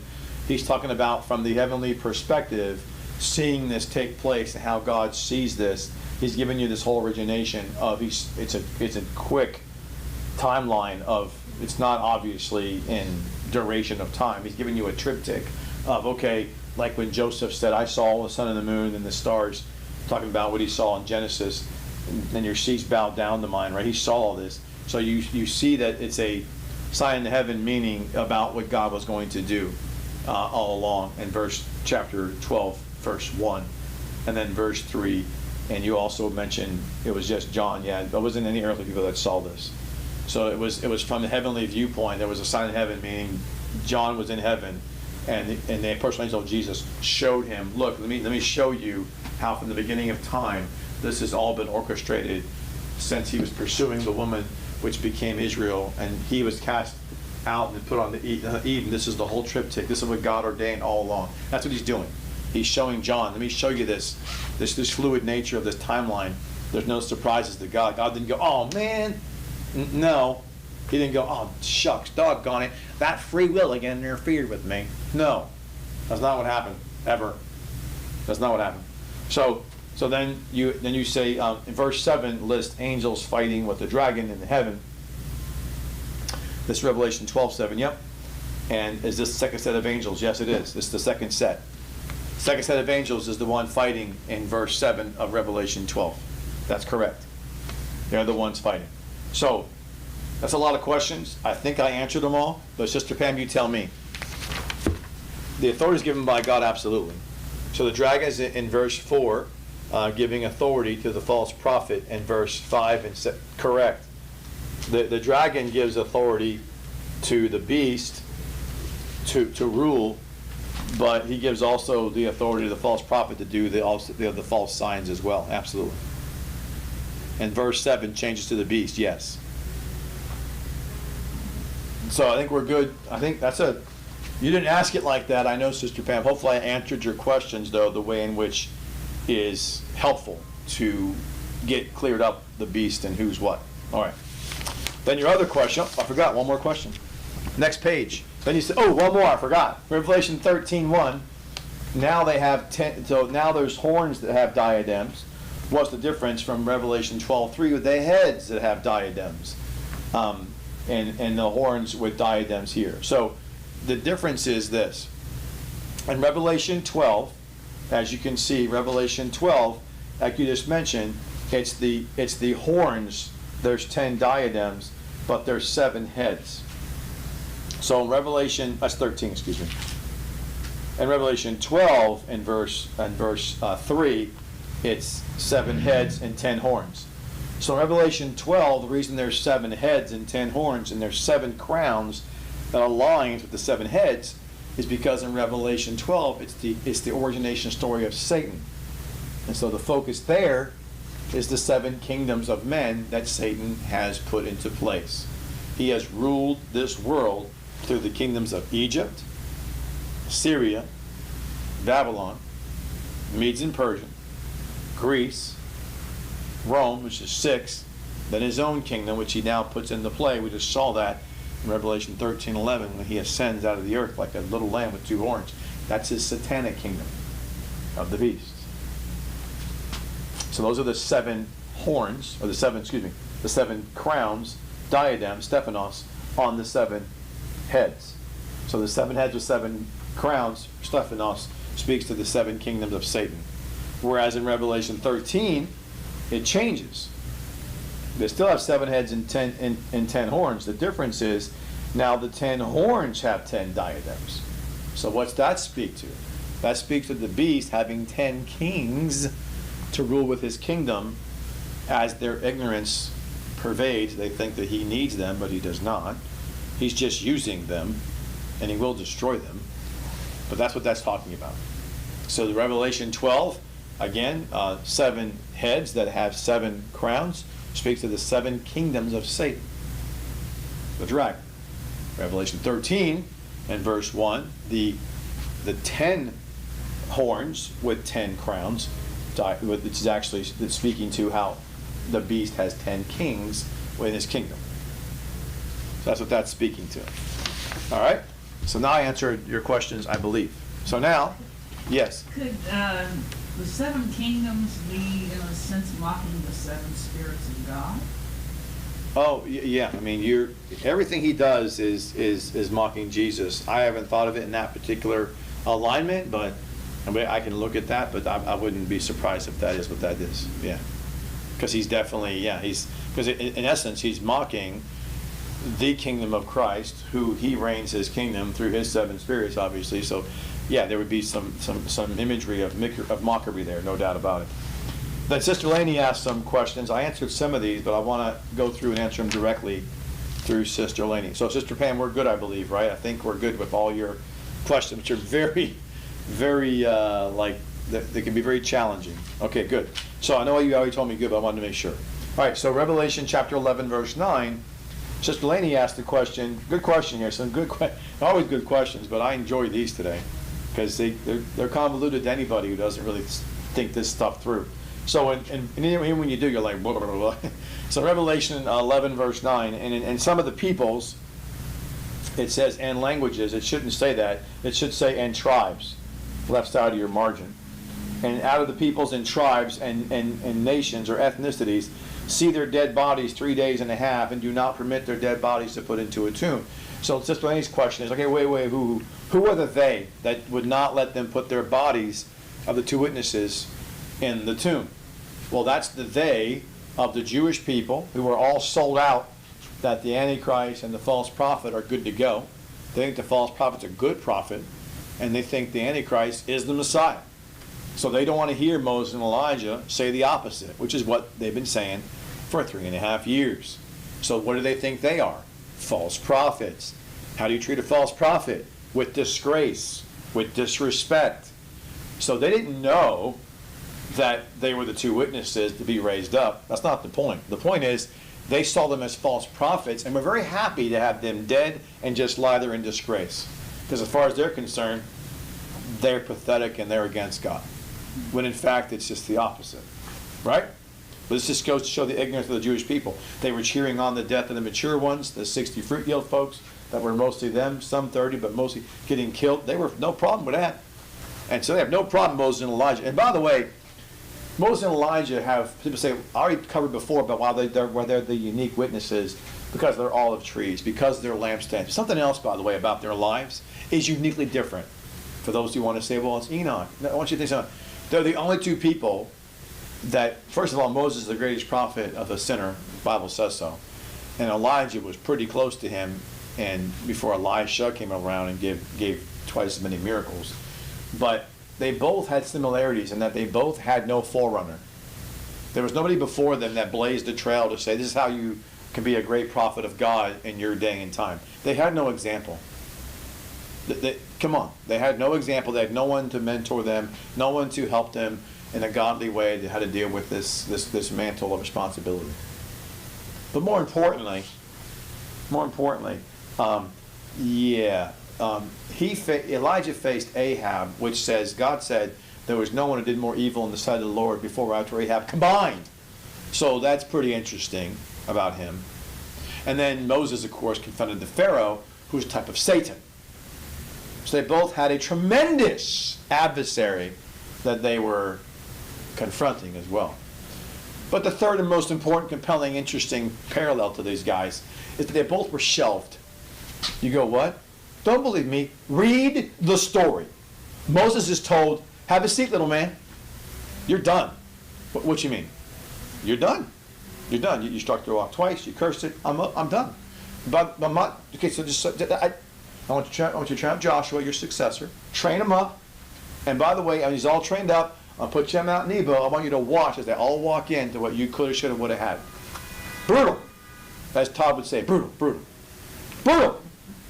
But then, Elijah, same thing. Mighty God, a mighty wind, the rain stopped, the rains come down, the prophets of Baal and Carmel slays them over a cliff. The dude is just he's just unbelievable. He's Mr. Testosterone prophet. And then all of a sudden, Jezebel with a demon manifested, ah! And he gets scared and runs, hightails it all the way down from the distance between basically Atlanta to Miami, roughly, is the distance. He hightailed it. That's a long way without a car and a horse just to hightail it out of there. That's how scared you are. It's a long way. And then he ends up going, ah, ah. And then God comes to him, and the so-called Motown group Earth, Wind, and Fire got their name from that passage in 1 Kings where it says God came to them by earth and by wind and by fire. And then he's like, okay, so what part don't you understand, Elijah? And after that conversation, what did God do? He shelved him. He goes, what you mean? I'm not going to use you for a while. What? Well, I'm right here. God used other prophets, used this prophet named Micah, if you don't remember, and he used other ones. And you're like, no name some of these guys, he's using them. And all of a sudden, at the end of 1 Kings, then all of a sudden, you hear about Elisha, and then all of a sudden, Elijah gives the mantle to him, similar to how Moses gave the mantle to Joshua. So they both had unfinished business. They both were shelved, and these cemeteries don't stop. Give me a break. How do you not see that these guys are the two prophets, or the two witnesses in Revelation? For a reason. Because they both got shelved for being human beings who were sinfully doofuses, ignorance. But God says, I'm looking beyond that. I got more plans for y'all. I got better plans for you. There's no way I'm letting your story end there. No way. Not Moses and Elijah.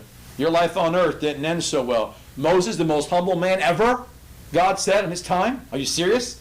And his life like that? Nope, ain't happening on God's watch. Elijah, the man who came in with a mighty strength, without any concern, and that he thought he was, in his mind, was the only one that worshipped God, even though there's 300 more. These people, these guys have some vibrato for God, for serving the Lord, but they went off the rails, and they did a couple things wrong. Just one little thing wrong in Moses' case, struck the rock twice and cursed at it, and then in Elijah's case, he got scared of a demon and cowered down. Okay, but for that reason, they're disinherited? God goes, well, in time, but not in full. I got more plans for you. I'm bringing you back so that you will be an heir. And that's why you got to come back. You got to die faithfully. And that's why they're back to do that. By the way, Enoch lived faithfully. Walked with God, and he was not. There's no need for him to come back. There's no need. He did his deal. He's done. He ain't no olive tree. He ain't no menorah. And he was not shelved, ever. But Enoch and Elijah and Moses were. They were both shelved. All these cemeteries I talked about had in common. So with that being said, did they know there were two witnesses? No, they did not. And so again, who were the they? The Jewish people and those who dwell on the earth, which are those who are people of ignorance. People of ignorance and the Jews were totally ecstatic to go, "Are you shut up, Moses and Elijah? I'm glad y'all are dead." They were happy. Matter of fact, they were exchanging gifts. Remember mocking Purim?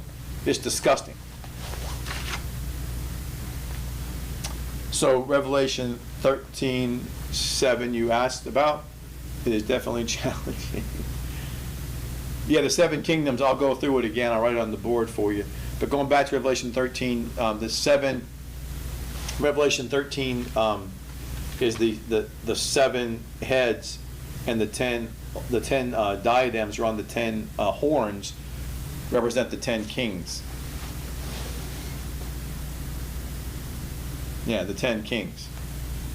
And the 7 kingdoms are Egypt, Assyria, Babylon, Medes and Persia, Greece, Rome is 6, and then Satan's kingdom is 7. There's your 7. All right? Yep. And Elijah had the example of Moses. He didn't, when he got scared of the demon, he might have thought, what happened to Moses might happen to me. Yeah. The idea, I guess, didn't. Yeah, and to me, there's so much. I feel sad for both those guys because they're both, and as sinners, they're great men. I'm so happy God gives them a second chance to really, finish strong. Because that's what they didn't do the first time around.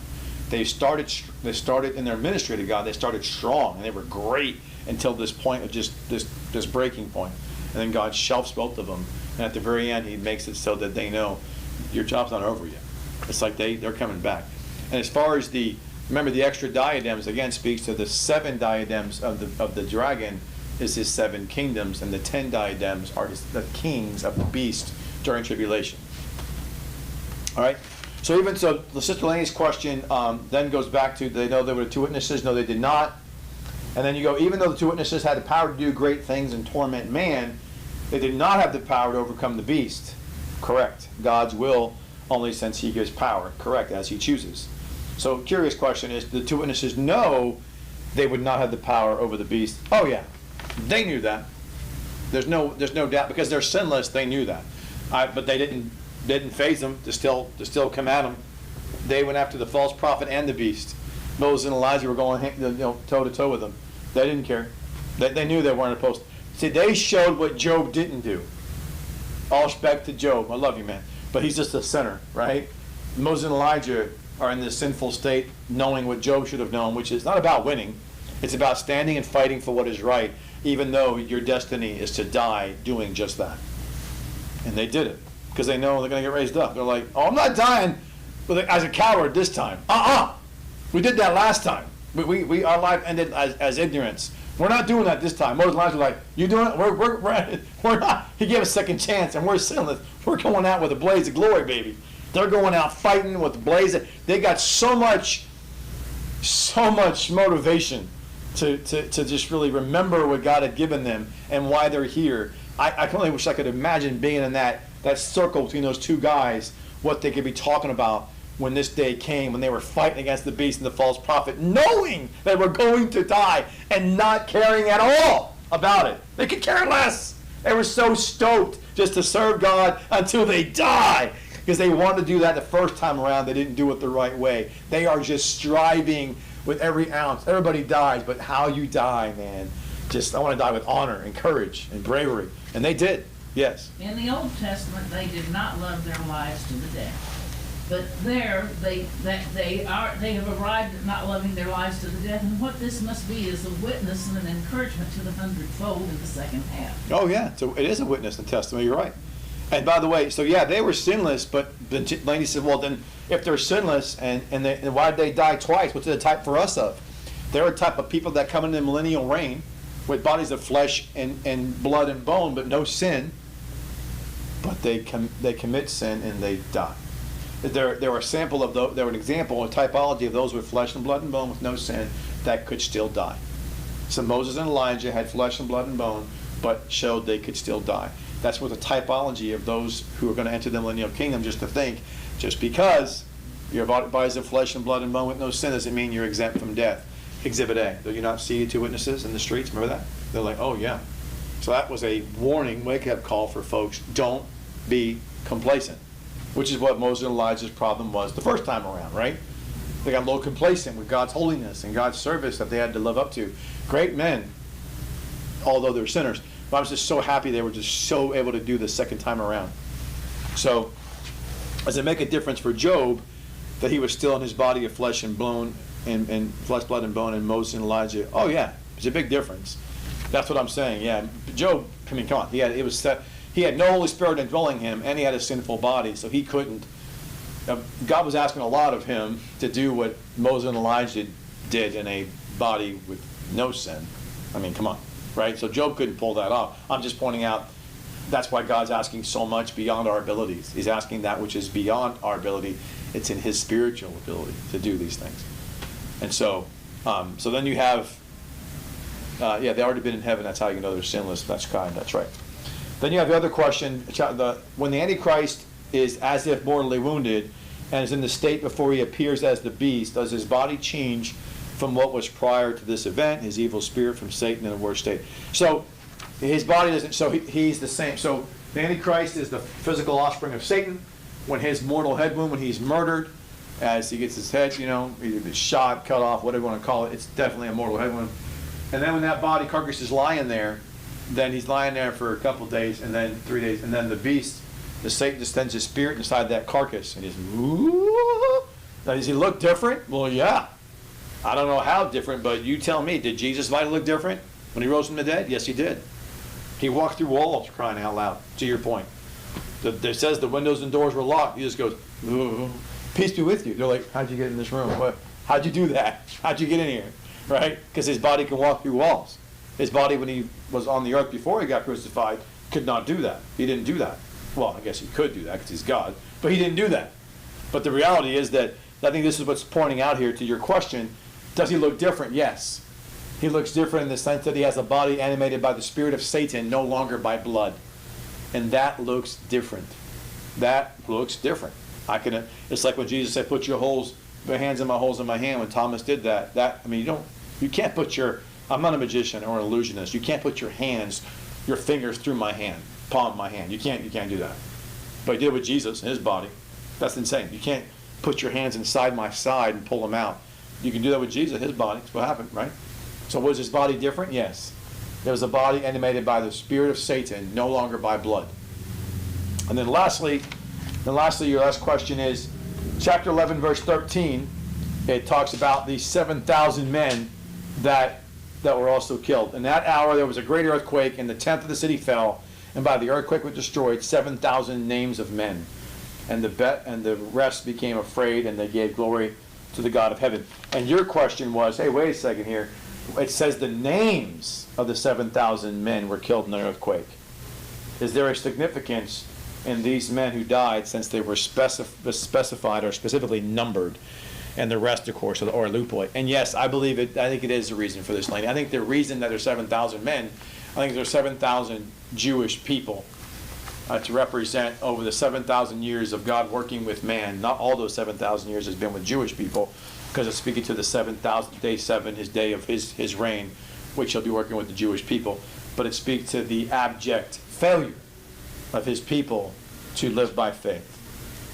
And so I think that's why he says the names. I think these 7,000 people that died are all people of covenant. Yes, I do think that. It represents the abject failure of God's people above all, that shoulda, coulda, woulda known better, and should have never placed their trust in some Yahoo who came in his own name, what Jesus told you not to do. By the way, what's the verse for that again? Revelation what? 11:13, 7,000 names. And to go back to remind you again, Jesus mentioned, let me see here, I'm going to go back and find this just for a minute. Jesus mentioned in chapter 5 of John, he says in verse 43, I have come in the name of my Father, and you do not receive me. If another should come in his own name, him you will receive. By the way, Jesus said that first year of his ministry. Holy. He's in the first year, right out of the gate, he's telling them what they're going to do because they're ignorant. He tells them right out of the gate what they're going to do. And by the way, that shouldn't shock anybody, but it does, people. And by the way, remember, when you say, he said that on the heels of what he just did at Bethesda. So don't forget that, and not to get too sidetracked, but Brother Lee and I have been studying the book of John, but when he walks into Bethesda, which is by the sheep gate in the northern area, which is where they prepare the sheep at the Passover, and this guy's outside all the time, blah, blah, blah. So here's Jesus. This guy's at 38 years. This guy's like an invalid. He can't even get in the water. Angel has to move the water. You got to pick him up, put him in the water, and then one person, it says, one a year gets healed. And he's like, I see the water moving. Come on, give me in there. Give me in there. By the time he sees it, and they pick up, it's too late. It's too late. He's always the bridesmaid, never the bride. He's never able to get his day of healing. But to his credit, he keeps going to the pool of Bethesda, right? That's the background. But Jesus told him, after he healed them, he sought him out and said, go and sin no more, or get worse next time. Because his sin of not coming to God sanctified is what got him that place to begin with. Because his expression, his adjective of defining him was, he was weak, which is the same wording used in 1 Corinthians 11, and many are sick and weak among you, and some sleep, by not coming to the communion with worthy hearts. So which means that, that guy who was coincidentally at the sheep gate, which is what you give a sacrifice to your sins to be holy before God, I can tell you for a fact in my mind, that dude was coming to God haphazardly. He came to God with piousness and arrogance and whatever else he did, and God said, And God made him an invalid for 38 years. And then Jesus said, no angel needed, no water stirring needed. He says, just arise, take up your mat and walk. And then, because on the Sabbath, they get all upset about it. My point being, if you're a Jewish person and you knew this guy's here for 38 years as an invalid, just sitting there, invalid. He's sitting there, a special needs person. And Jesus just goes, just take your mat. Watch, I don't need no angel. I don't need no water moving. Watch this. Just get back and walk. And what? Are you serious? Well, yeah. And he just gets up and walks around. Now, if you're a Jewish person and you truly are serving and loving God, your first reaction should be, holy moly, did you see Jethro the other day? Did you see Jedediah? He's walking around now. They should have asked him, like, holy, what? Wow, man. How you feel, man? What happened? Tell me about it. But no. Instead, how dare he? How could he? I hate this guy. They're filled with vitriol and hatred to Jesus over a wonderful act of kindness, of love, of a miracle, of restoration. And this goes all back to why he ends that whole interaction with, I came in my Father's name, and you rejected me. And by the way, I didn't just come in my Father's name as just saying, I'm in my Father's name. What he's saying is, I did miracles, the wedding at Cana, the water turned to wine. John the Baptist already told you who I was. I've healed lame and sick people, and now I did it right in front of you on the Sabbath. And instead of just seeing what you're supposed to see and hearing what I taught with authority, I've fulfilled scriptures, I've done signs and miracles. You look at me like, obviously, there's no one you've seen like me. And yet, instead of trying to seek to understand, like Nicodemus did, albeit by night, at least he tried to understand, why are you guys such a vitriol toward me? Do you realize that this is going to end with you receiving somebody who comes in his own name? So the lesson learned there is, when you get so self-absorbed and so narcissistic about your own thoughts and your own ways, you'll believe anything that someone's going to sell you. That's exactly what Jesus is saying to them without saying it. You're a narcissistic, self-appeasing, self-seeking people, and you're going to get deceived. You're primed for it. Look at you. How do you not even say, holy moly, the guy was lame, and now he's walking. 38 years we saw him. 38 years. Not 38 minutes or months, years. This dude came by the pool, sitting there, and then one day he's just walking out. How does that not freak you out? How do you not go, hey, God, holy, God is great, God is good. No. I hate Jesus. Let's go get him. I hate this guy. Let's go kill him. Are you kidding me right now? It just shows you that because they're so narcissistic and so self-serving, which is the same mindset that Jewish people have today, which is why they're going to be prime and right for the Antichrist to come and say, oh, by the way, I'm your Messiah. They don't want to hear what what Christ as their Messiah has already done for them in the Scripture. Oh no, he's not it. It's all made up by us Christian people. We lie about it. No, we don't. And by the way, if you have this option to see this, I like these true stories of. I'll end with this. There's a movie documentary called "The Most Reluctant Sinner," and it's about C.S. Lewis and how he came to know Jesus. It's very entertaining from the standpoint of it's intellectually driven, but it's narrated by a person who's acting like he's him at an older state, walking back through his life, telling you how he thought through the process and how he came to know who Jesus was. And I didn't know C.S. Lewis was an avid atheist. I didn't know that. He was an avid atheist, opposed vehemently to anything religious at all, let alone Christianity. And he walks through that process, how he came to know who Jesus was. But it reminds me of this issue, what happens to the Jewish people today. A lot of people like C.S. Lewis are so academia bent on the letter of the laws that they're not seeking what's behind it. And it just reminded me, his journey reminded me of a lot of Jewish people's journeys that are going to be unfortunately deceived by the Antichrist. Because they just don't know what they don't know. And because they've resisted the truth right in front of them, they're going to accept somebody who's going to give them what they want to hear because they're going to buy anything someone's selling when you haven't bought into who Jesus is. Because he is the only one, the way, the truth, the life. It's him. That's it. Yeah. I don't think Satan is bodily in Jerusalem, but he's in spirit with the carcass raised up of Antichrist in Babylon. It seems to me that God has to give him permission to be split like that. I mean, his body is one place and his spirit is another. All right. You talking about? I mean, that's kind of. You talking about the Antichrist? Huh? Who are you talking about? The Antichrist? Well, I mean, we've Sorry, I got was reading. Satan bodily in Jerusalem. Yeah, that's it. And Well, his spirit sorry. is in the Antichrist in Babylon. Yeah. His body is one place and his spirit is another. Yeah. We can't do that. No, Satan.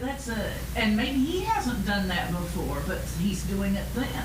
Yeah. Was there ever a point where his body and his spirit were dissociated like that? I'm trying to think. Well, when he lost his form, when he was taken from his adorned beauty, when he had anointed cherubim, and Jesus, when God, he engulfed him with his wings that was a wide wingspan, and God put him to ash.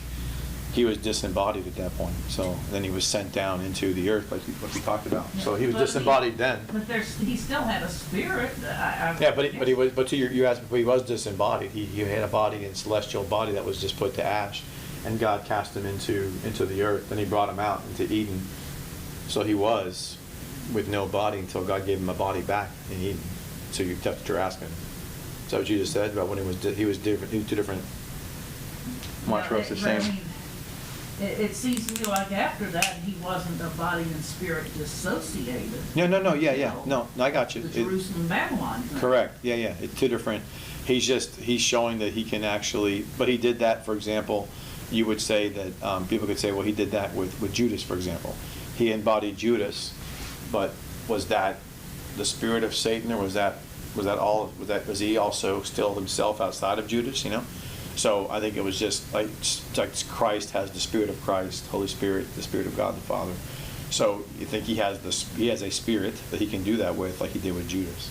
So that wasn't actually he's still outside of Judas, but he was in Judas too. His spirit was. So then it's right, most reluctant convert. Sorry about that, I made a mistake. And Sister Vicky, so I think you're getting the 10 horns. Yeah, so 3 of them must no. I think you said the beast has 10 kings in his kingdom, but there are only 7 kingdoms. No, okay. So, no, you're missing what I'm saying. Okay, so let me tell you what. Here, so look, Sister Vicky, you're getting. So the dragon has 7 crowns, right? They equal 7 kingdoms of mankind through history.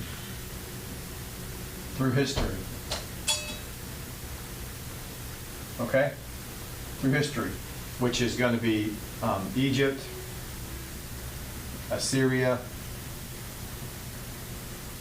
Babylon,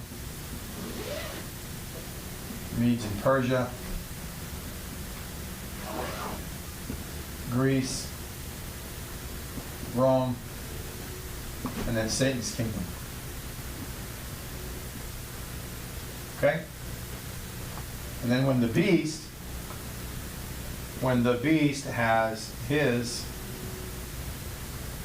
when he has 10 crowns, now remember these 10 crowns are on his head. But he has 10 crowns, the beast has 10 crowns, they're not on his head, they're on his horns. So they're on the horns, they represent the 10 kings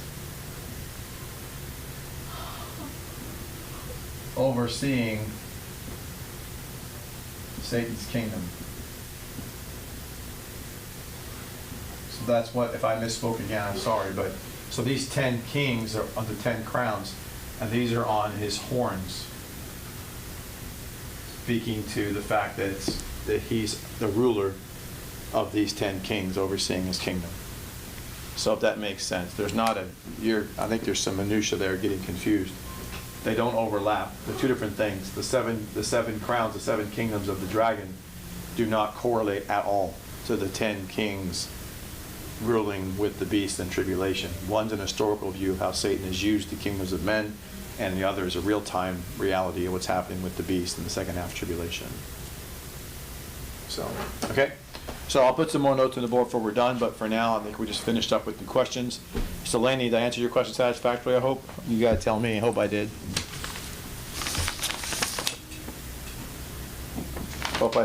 Yeah, I think that's all. Yes, okay. So with that in mind, we'll close and pray, and we will end our time for the day.